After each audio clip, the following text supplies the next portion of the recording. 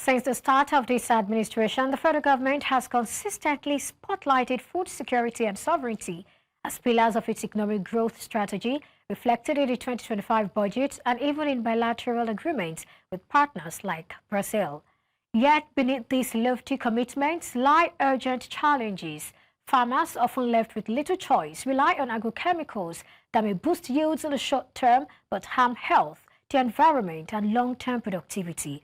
At the same time, concerns are mounting over what some describe as calculated attempts by external forces to ruin food production in Nigeria and, in fact, Africa as a whole. A stark example is Nigeria's ginger sector, once a global leader, now facing the threat of extinction as the country rapidly loses its competitive edge. Joining me for more on this is Segun Adebayo, Deputy Director, Center for Food Safety and Agricultural Research. Thank you so much, Dr. Segun, for joining me today.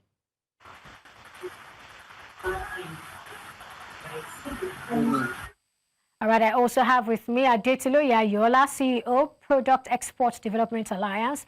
Thank you, Adetiloye, for joining me today. Thank you so much for having me. It's always a pleasure. Good morning. Good morning to you too. Well, let me begin with you, Adetiloye. I believe you've seen the reports on the harm being done by agrochemicals to the health of farmers and even the environment. But beyond that, I would like us to look at the impact on those who consume these food products.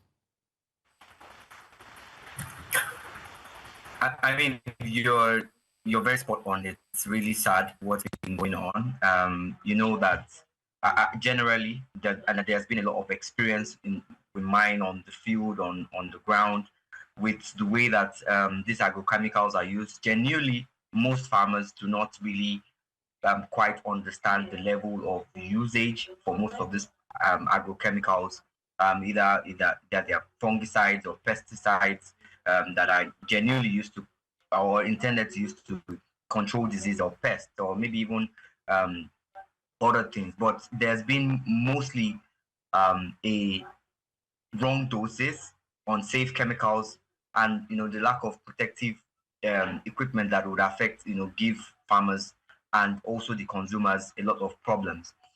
There's been an uptick in reports of kidney and liver issues amongst major producing communities, and starting to even affect even consumers of this food product. We've seen, and this has been a long time coming in diet-related diseases, either from food poisoning to kidney or liver issues, and this actually affects the consumers themselves. We've seen also an uptick in asthma amongst young children, and it has been proven now that what you feed young children, if there are certain harmful chemicals, if there are pesticides or certain overdose of fungicides in the food products, it starts to young children tend to develop asthma a lot faster, and it's really sad to really understand that the food that is supposed to nourish your body and keep you healthy actually can pose a threat to your health as a person. Well, food security is very important. Please stay with me. I'll go to Dr. Adebayo later. But talk to us. Aren't there regulations in place to sort of control the use of these things? I mean, we even hear that some of them are actually banned by NAFDAC or even the EU. But how do they still get into the market? How come our farmers still lay their hands on this product and they still use them, knowing that they have adverse effects on even the farmers themselves, let alone every other person? Well, I mean, there are regulations in place. There is a guideline for registration of imported chemicals, or pesticides under the NAFDAC 2021 Act, right? And it details steps on how to register pesticides, what the pesticide, the type of agrochemicals that can be used properly, their processes in place to ensure that agrochemicals are properly used and assessed, that would help to reduce the risk of banned or unsafe chemicals from common use, right? It's sad that the major challenge that we see in the proliferation of these agrochemicals is the fact that the implementation seems to be weak. Some players have desperately exploited the system and have found their ways to bring in and too much of this agrochemicals. In fact, there are several chemicals that have been banned, especially when it comes to the export market, especially in terms of whether you want to export products out.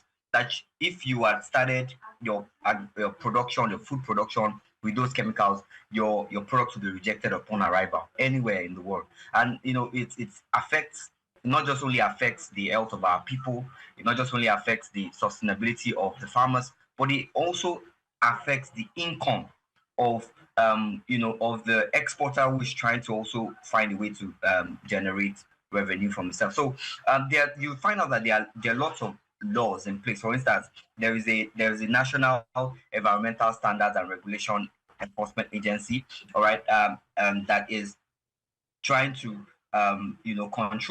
ensure that agrochemical usage does not degrade the environment or our water. It does not pollute our soil. It doesn't also pollute our farm and all of those different things. But the key challenge still remains implementation. Right. Okay, Dr. Adebayo, thank you for staying with me. Now, some of those who have been affected by this clearly do not wear protective gear, and they are also aware of the risks, but they choose to put their lives at risk. Now, how do we begin to address this, and what impacts will the continued exposure have on Nigeria's quest for food security and sovereignty? Thank you. The first issue that we have here is with sensitization, awareness. How much of the public is aware of these challenges? These are issues that are not given enough attention by the media and also by our policy drivers. If it was in the face that the data of those affected with kidney failures, with those that are affected by the health hazards from these pesticides and agrochemicals, if the data is out in the public and our extension workers are doing a great job in sensitizing the people, this will lead to more people becoming aware of the challenges. You see, but when we are in a society that we don't keep these data, we don't know, we will not be able to conduct research to find out how far-reaching these things have gone and also the implication. So it begins from the attention. I mean, look at what has been done to HIV. Look at what has been done to smoking. You see it on the very packets. This is the job of the FCCPC now. You see it on the job of the packaging. It's on the job. It's on the packaging of the cigarettes that smokers are liable to die young. You see it on the how we have driven HIV/AIDS. The use of condoms and all of that. Preventive measures are being accelerated across the nation and around the world. But we don't have this kind of attention given to what we eat. And then you have a lot of our food produces being rejected. Now you are seeing a lot of people developing allergy. A lot of people eat and immediately they are throwing up. I went to Kaduna State recently. I was in the local government. And I met with a lot of the local farmers there, a lot of them, and they had 0 PPEs. Meanwhile, they were applying heavy doses of pesticides to their farms. And these are the challenges. Even among the farmers, many of them are developing kidney failures, many of them are developing organ failure actually. But because the data is not available, we don't know how bad it is. So it's something that we need to begin to do. Keep these data and use this data in public enlightenment, in public education of the dangers and the challenges of using these pesticides. All right, in 30 seconds, I'd like you to please speak to this. I mean, with agrochemicals also being linked to low crop yields, apart from the health issues, why isn't organic farming a more widely adopted alternative in those areas? I mean, what are the biggest barriers? What's causing that? It's the availability. This is where the government policy comes into play. When the government actually is driving policies that encourage the use of we call these seeds climate smart seeds, climate resilient seeds, drought tolerant seeds, improved seeds. Plus or minus, many of them are GMOs and hybrids. When the government policies drives the use of these seeds that require the mandatory use of chemicals, you would find out that that is what will inform the collective action of our farmers. And then many of them will do away with their natural seeds that they have received from their parents that have grown natural resistance to the prevalent attacks in their area. I was speaking to one farmer recently, and he said he has archived the tomato seeds from his parents, and now he's buying improved seeds from the government. And these improved seeds require the use of a lot of chemicals. So this thing boils down to government policies. If we are setting aside our natural agriculture and our organic farming, it is because the government has weak policies to encourage it and more policies that drives the use of smart, quote-unquote, agriculture, as we are being told.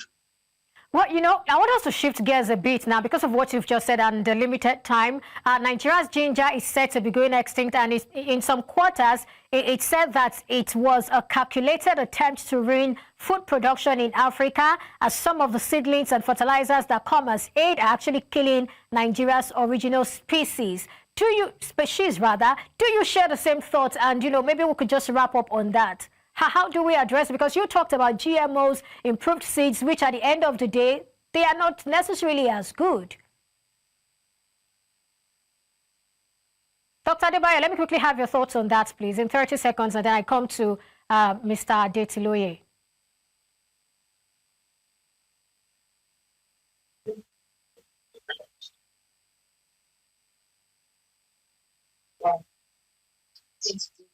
Doctor, I don't know if you're trying to talk to me, but I cannot hear you. So in the meantime, maybe we should just get Mr. Adetiloye's thought. Mr. Adetiloye, let me get your thoughts on this. Ginger going extinct. Nigeria used to be number 2 in terms of world production, but now we're losing over 70% of production. And, a lot of other things. Put to that GMOs, put to that the fact that this started in 2023, and it was said that it started at a point that, some fertilizers and some seeds were delivered as aid. So talk to us about all of these things. What do they point to, and how do we get out of them? We have limited time, just about 30 seconds or 1 minute to answer this. Well, I'll thank you very much for that question. It's very important and a very, very painful, concern. Nigeria doesn't just only is the second largest exporter of ginger in the world. We also are 90%, about 80 to 90% of ginger from Africa comes from Nigeria.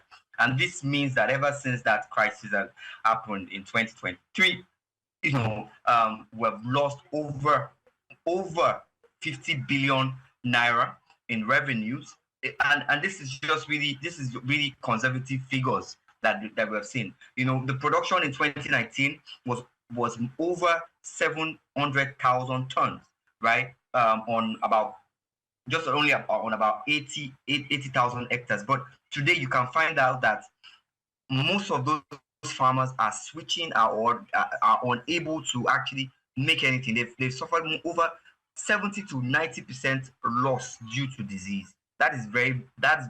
So you can see that the Nigerian ginger sector is under a massive attack. That is, there is no other better way to say it.